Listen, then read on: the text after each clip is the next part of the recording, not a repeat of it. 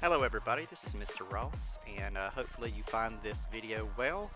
I should be dropping it on YouTube, but please make sure you get a chance to follow me on Twitch. Twitch.tv/xMrxRoss, Mr. Ross. Alright, again, this is round number 4 of the South Carolina Columbia Chess Club. It's a little tournament that we held in the month of February, round 4. And I'm playing a Mr. Krishna Kriti Somsula. And I'm sorry Krishna, I probably butchered that name. I apologize, Krishna. Henceforth, I will just say Mr. Krishna. Alright, so let's get into it. What kind of game did we have? I've been playing the Dutch recently, so Krishna is a London player. So let's see how the London fares against a Dutch. Here we go.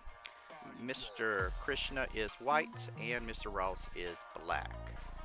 We have Queen's Pawn game, also known as a plethora of openings here. You can go into the London, Queen's Gambit declined, Queen's Gambit accepted, but simply known as the Queen's Pawn game.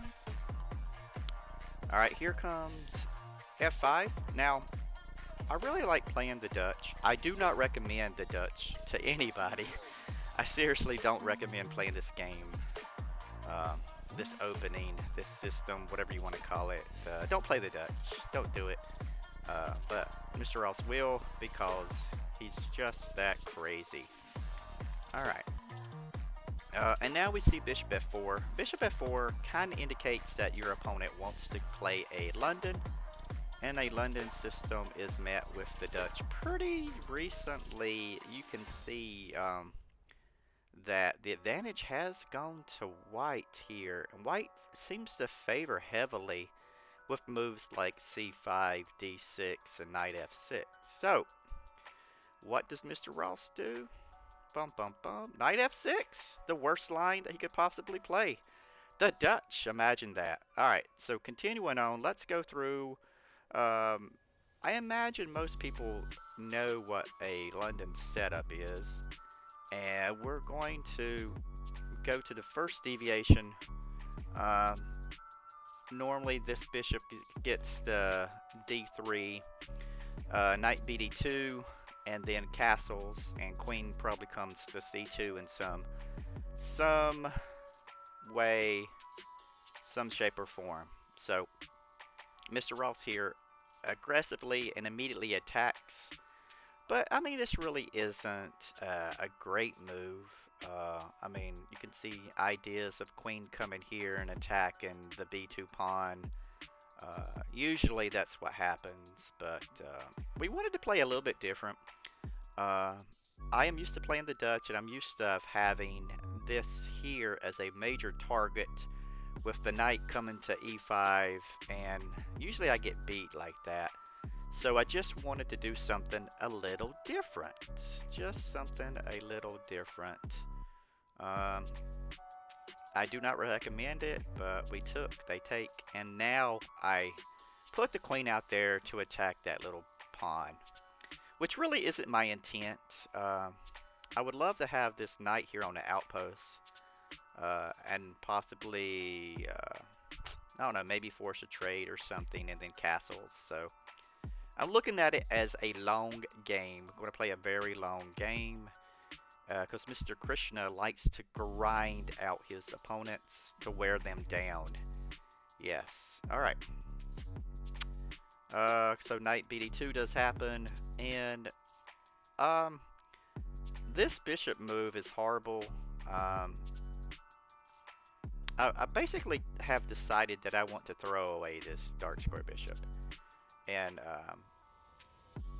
I don't think that I'm going to use it anywhere else in the game, so I'm just going to sacrifice my dark square bishop for this knight, because I really do not like the idea of white having a knight on e5. And I think that this kind of changes the pace of the game to where that's not really going to happen. You know, you've exchanged a bishop for a knight, which is bad, but my rationale was to stop a knight coming to e5. So Anyway, the game continues. I guess they're looking for castles because this is guarded, that's guarded. This doesn't really seem like a threat. Um, so I do castle, and now they castle, and now I'm beginning to get a tiny little idea in my mind. The very, very glimmering of an idea is coming. I want to be able to attack the king, which means I need to get my pieces developed, coordinated, and to position them somewhere so they can attack. So I'm not quite sure how to do it yet, but let's see what I can do. I remember I want to throw away this bishop and keep that knight from going to e5. I was expecting the knight to take back, but the queen takes back. So, I mean, ideas of putting the knight here myself and changing out their light square bishop for my knight. I don't know if that was good or bad, but game continued. I do still want to continue to develop my pieces. And here I begin to think about attacking here. I really think that something fruitful can come from attacking that G2 pawn. Game continues. Mr. Krishna is attacking my rook here on f8. And at first I thought about just simply letting the bishop take the rook. Taking, and queen taking. So at the end of the exchange, I would be up a pawn. In my calculation, I would be up a pawn. Because if takes and takes, then I take with a check. And I've taken 1, 2, 3 pieces for, that's basically 3, 6, 7 for 8, 7 for 8. I'm down materially, but I'm up a pawn in the center, and this is now going to be open. But I think this is really the first time that I used my time on the clock, and it was a game hour and 5 with a 5-second delay, so 1:05 on the clock with 5-second delay. So I used my time to try to develop some type of an attack here, and I decided it would be in my best interest not to have that 7-8 deficit, even though I thought it was cool to have those pawns there in the center. So I decide to simply move the rook away, and now we had this series of events here pressuring me. But you know, this is still a great idea. It's still a good idea. I mean, I'm still getting a pawn. I'm still winning the pawn. So I believe I just go ahead and take. Now, I did not see this move here. I did not realize that the rook protected the bishop. I was expecting knight takes, queen takes, and I was up a pawn. However, Mr. Krishna was one step ahead of me. And here's what happened. I decide that if I move my queen, I'm going to lose this, which is bad. So this piece was already going to be taken anyway. Let's go ahead, and a check is a forcing move. Yeah. So we go with the check, and now my queen can run away. But look at this. Now we have possibilities of getting checks, and all kinds of things start to formulate in my brain. All kinds of little things. So, what to do.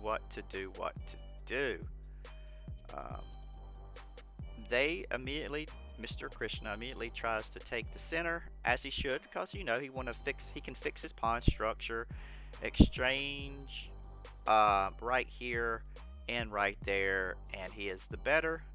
So we go and kick out this bishop. Let's go back. This does not work. This is in the way. We kick the bishop away. And now it runs back, but still maintaining a little bit of control over here. But you know what? I still like the idea of having my knight on f4. And what better way to get an outpost than to have support from the pawn. There we go. So pawn support. Now we can go h5 and we can throw the knight there. And all kind of wonderful things will happen for us. As a matter of fact, wonderful things will happen for us. So, game continued. Takes knight h5 because I'm going to get my outpost. Now my outpost is threatened. Oh no. But here's something I immediately picked up on was the idea of knight comes. So knight comes, bishop takes, queen check, king moves, checkmate. Look at that. Now here, Mr. Krishna thought and thought and thought and thought. So, what could he possibly do? What could he possibly do? The check, I can block with my bishop, so I did. He decides to take it, and the same idea is there. The same idea of the queen checking and then checkmate is there. So we go ahead and we decide, hey, if the pawn takes the rook, we'll get the check. The king will have to move and we'll get the checkmate. Same idea, same result, same outcome. All is good. But Mr. Krishna decides to do the best thing by taking the knight, and now our plans of the queen check is ruined, foiled again. We're left with the only recourse is taking it and losing. So, unfortunately, what is left is two rooks versus a queen and rook, which even Mr. Ross can't lose this game. We did play on for a little bit longer. Good idea of pushing the pawn forward. I stopped that like a blockade. They're coming after me. I reposition myself to pick up more pieces. They go forward. Again, probably trying to stack the rooks. But after king to f7, it's pretty much game over. I mean, this was the last move played in the game, and white resigned, and Mr. Ross was happy for it. Ideas probably were to maybe the rook could come here to protect that pawn, but after captures, it's a forced capture. King will take, and then you have queen and pawns versus rook and pawns. So it was a great game, and that wrapped up the tournament. I believe I came in second place in that tournament. As already posted, the loss to Mr. Mr. Aryav Shah beat me up in that first game and won the series. Congratulations again. And I want to thank Mr. Krishna and Mr. Aryav Shah. Thank you very much for the games, and I hope you enjoy. And don't forget, like, subscribe, donate, do whatever you can, and follow me on Twitch. I do that every now and then. As a matter of fact, I'll probably do that now. I've been your host, Mr. Ross. Have a great day.